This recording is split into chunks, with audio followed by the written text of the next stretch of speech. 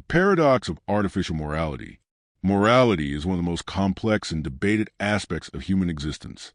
It is shaped by culture, philosophy, religion, personal experience, and social consensus.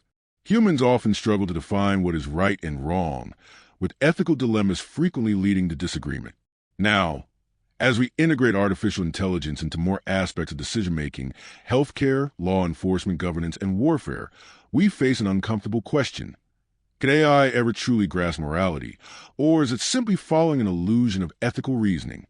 At its core, AI does not have emotions, consciousness, or personal experiences. It does not feel empathy, remorse, or a sense of duty. Instead, it operates on predefined rules and statistical models, analyzing data to determine the most optimal course of action. But morality is not just about optimization. It is about understanding why something is right or wrong, even when the most efficient decision may not be the most ethical one. Does AI truly understand morality? Imagine a self-driving car approaching an unavoidable accident scenario. It must either swerve to hit one pedestrian or stay its course and hit three others. What does it decide? Should it prioritize the greatest number of lives, as utilitarianism suggests? Should it preserve the passengers above all else? Or should it act randomly, as an acknowledgement that assigning value to human life is an inherently human responsibility? The real issue is not just what AI decides, but whether it understands the moral weight of its decision.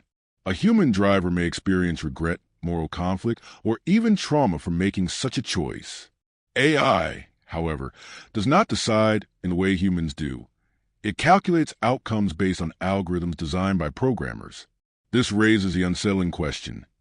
Is AI actually making a moral choice, or is it merely simulating morality based on what humans have coded?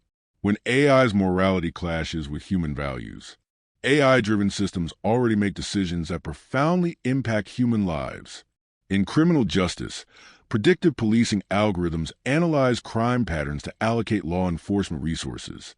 However, these systems have been criticized for reinforcing racial and socioeconomic biases present in the data they were trained on. If an AI recommends harsher policing in certain neighborhoods based on historical crime rates, is it acting morally, or is it simply perpetuating human prejudices under the guise of objectivity? Similarly, AI is being used in medical ethics. In hospitals, algorithms help determine which patients receive limited resources, such as organ transplants or intensive care beds.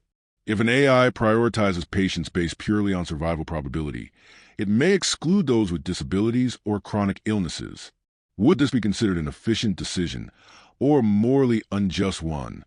If AI systems define morality purely in terms of statistics, do they risk stripping morality of its fundamental human essence, compassion, context, and ethical nuance? Can AI ever be a moral agent?